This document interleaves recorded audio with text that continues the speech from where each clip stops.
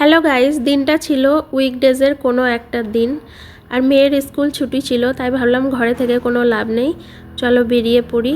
আমরা চলে গেছিলাম হচ্ছে জুতে। তো বাস ধরে প্রথমে আসলাম ম্যাজেস্টিক বাস স্টপে। এটা হচ্ছে ম্যাজেস্টিক বাস স্টপ। তো এখান থেকে সমস্ত জায়গার বাস তুমি পেয়ে যাবে। তো আমরা নিয়েছিলাম বানারঘাটা জুয়ের বাস। আর বাসে যতক্ষণ না পুরোটা ভিড় মানে প্যাসেঞ্জার আসে ততক্ষণ বাস ছাড়ে না। তো কিছুক্ষণ ওয়েট করেছিলাম, ওয়েট করার পর মোটামুটি আমাদের বাসটা ছেড়ে দিয়েছিল। তার সাথে কিছুটা নিয়ে নিয়েছিলাম চিপস। তো বানানা চিপস এখানে খুব ভালো পাওয়া যায়, তো বানানা চিপস নিয়ে নিয়েছিলাম আর খেতে খেতে বাসে করে যাচ্ছিলাম। অনেকটা পথ, প্রায় অর্ধেক রাস্তা চলে এসেছি, এখনও অর্ধেক রাস্তা বাকি ছিল।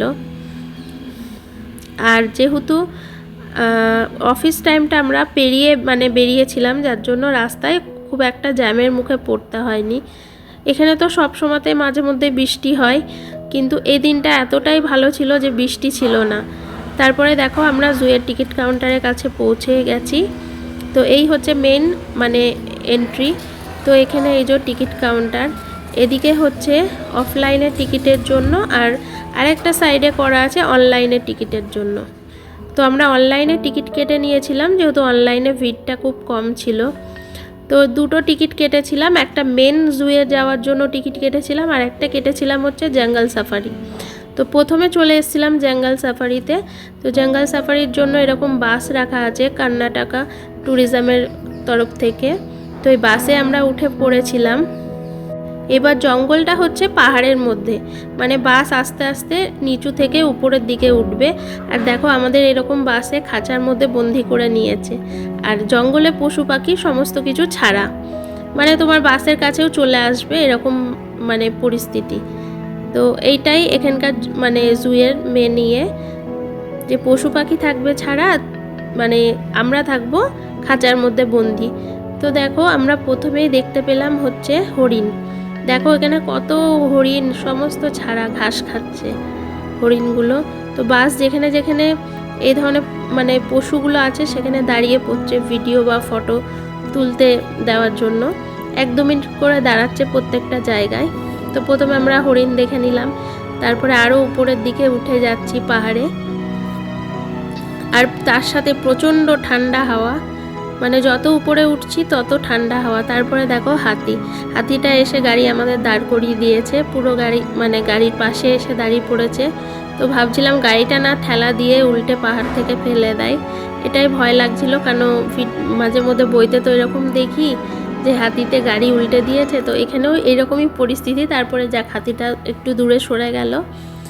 তো যার যার ফটো টটো তোলার দরকার তুলে নিল। তারপরে দেখলাম এই যে বাঘ, দেখো বাঘটা পুরো ছাড়া, বাঘটা বসে বসে এখন রোদ পোয়াচ্ছে। বেশ অনেক কটা বাঘই আমরা দেখতে পেলাম এই খাঁচার ভিতর থেকে। দেখো সব বসে আছে। পশুদের দেখবে, ওদের তুমি না রাগালে ওরা তোমাকে কোনোদিনই অ্যাটাক করবে না। মানুষ যখন ওদের রাগায় তখন ওরা রেগে যায়, তখন ওরা মানুষের প্রতি অ্যাটাক করে। এইখানে দেখো একটা সাদা বাঘ দেখলাম। সাদা বাঘ সাধারণত খুব কম দেখা যায়, তো এই একটা নতুন জিনিস দেখতে পেলাম, সাদা বাঘ। গাড়ি ভর্তি বাচ্চারা খুবই এক্সাইটেড ছিল, সব চিৎকার চেঁচামেচি করছে। আর মানুষের আওয়াজ পেয়ে ওরা আরও উদ্বিগ্ন হয়ে উঠছে। বাঘটা একা একাই খেলা করছে নিজের মতো নিজে। তো তারপরে আবার সামনের দিকে আরও এগিয়ে যাচ্ছি, যেতে যেতে এরপরে আমরা নেক্সট দেখতে পেলাম আরও বাঘ। এই বাঘগুলো একটু অন্যরকম, সচরাচর যে বাঘগুলো আমরা দেখে থাকি সেই ধরনের বাঘ। ছোট বাচ্চাও আছে বাঘের সাথে, দেখো বাঘের বাচ্চা। তারপরে চলে আসলাম একদম টপ থেকে অপূর্ব সুন্দর একটা ভিউ। দেখো চারিদিকে পাহাড়ে ঘেরা আর মিডিলে জঙ্গলটা, দুর্দান্ত লাগছে। আর এখানটায় অসম্ভব ঠান্ডা হাওয়া চলছে, খুব ভালো লাগছিল এই ভিউটা। চারিদিকে পাহাড় জঙ্গলে ঘেরা সুন্দর একটা পরিবেশ, আর তার সাথে ঝলমলে রোদ। এরপরে দেখো আমরা আস্তে আস্তে আবার নিচের দিকে নেমে যাচ্ছি, জুয়ের যে মেন গেট, মেন জু যেখানে, সেখানে আমরা আস্তে আস্তে যাচ্ছি নিচের দিকে। খুব সুন্দর লাগছে টপ থেকে নিচে দেখতে, দারুণ পরিবেশ একটা।